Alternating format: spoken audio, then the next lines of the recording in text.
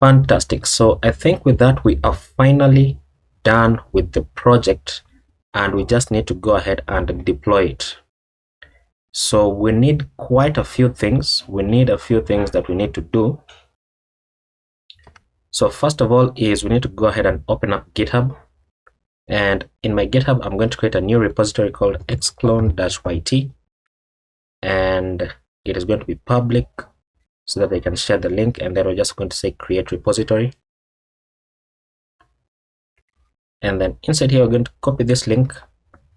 And then I think we can now close this. And then we can now shut down our dev server.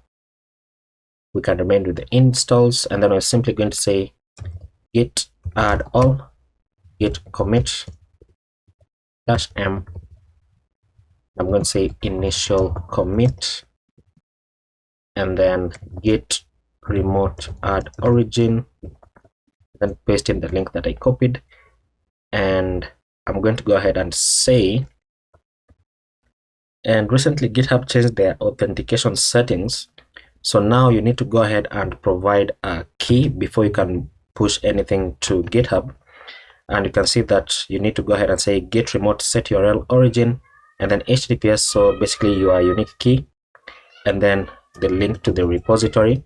So x-clone-yt and enter. And then once I do that, I can say git branch -m, capital M main, then git push -u origin main, which is now going to push it to GitHub. So I can reload this page. And there we go. So once that is done, we're going to jump into Vercel to deploy our application. And inside Vercel, I'm going to say add new and add a new project. And it should detect the repository that I've just added right now. So this one right here. So import this project. And I'm going to call this project TsbSankara-xclone-yt. And this is very important. So I'm going to copy that. And then actually we need to add the environment variables first. So inside the env local, just select all this. And before you do that, actually, we need to go ahead and change localhost because now our site URL is not localhost. It is rather going to be this. So I'm going to select this and then Control D, remove that, change it into HTTPS : and then // and then paste that in. And then we don't need the 3000, but we're going to say .vercel.app. So the site URL is going to be this one. On logout, we want to log out to this link. And then when you log in, then you want to go into the home page. So we can now copy that. And then inside our environment variables, we're going to paste them in right here so that it's going to auto detect them. And then we're going to say deploy. And then we are going to wait for it to finish deploying. And then about a minute later, you can see that it has deployed our project. So you can go to the dashboard and then test out whether everything is okay. So let's just open this up. And there we go. There is our application. Now, one more thing that we need to do is that if you click on sign in right here, you're going to get an error from kind that says that this needs to be added into our callbacks. So you can copy this or you can simply click on this button right here. So add application is going to redirect you into kind so that you can add this in your callbacks. So of course, log in first of all. And then we need to find the application, which is called xclone-yt, view details, and then inside our callbacks, we need to add it here. So add it as the first one. I don't think if adding it as the second one matters.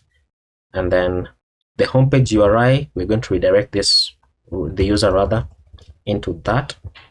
And then the login is going to be handled by kind anyway, so we don't need that.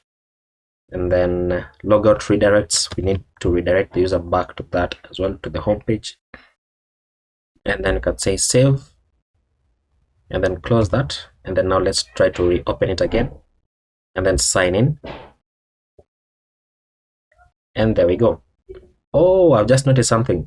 This is something that I added, but I forgot to record it. So continuing with Google, you have the option to add Google in your application, and you can do it very simply. So you just need to go into Kind and log in. And once you log in, you need to find the application that you want. In this case, it is Xclone.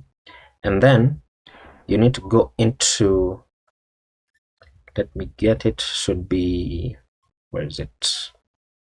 Sessions, tokens, authentication. So inside the authentication tab, inside social connections right here, you just need to enable this, and then that is going to add Google to your application. So it's much easier. It's a much easier login flow.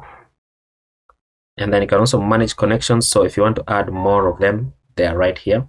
But I just added Google because it's the easiest to add. And then now if you continue with Google, you can do that, or you can simply sign in.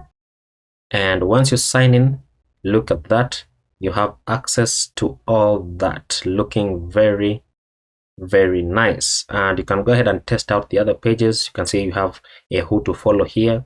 So you can view that, and then you can follow this person, and it's going to come in their notifications, and then you can explore to see who is saying what, where, and then you have your notifications. And I've just remembered that we did not test the messages tab, but we should be able to test it right now. You can see that now that I'm following him, I can now click on him to start messaging him. So if I say new message and then enter is the send button, you can see it appears here. And then if I open his account, then it's going to be visible as well. And then of course the messages are unique to every user. So if you follow another person, then it's going to open up a new chat for that person. And then we have the bookmarks right here. Bookmarks are working. We have the communities, and communities is the one that we built last. So if you want to join this community, you can join this. It's now going to say 2 members, and right there, and I double clicked it accidentally. So I can say what's happening,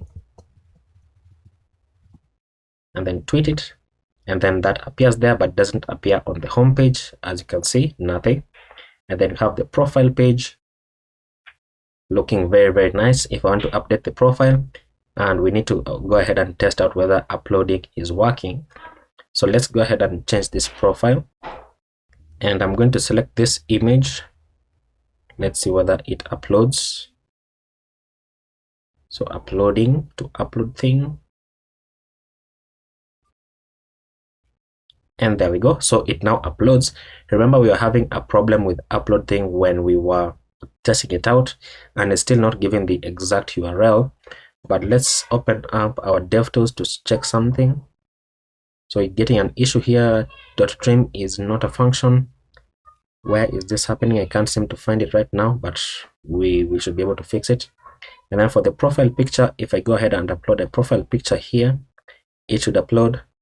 I can update the bio as well. So let this picture upload, and there we go.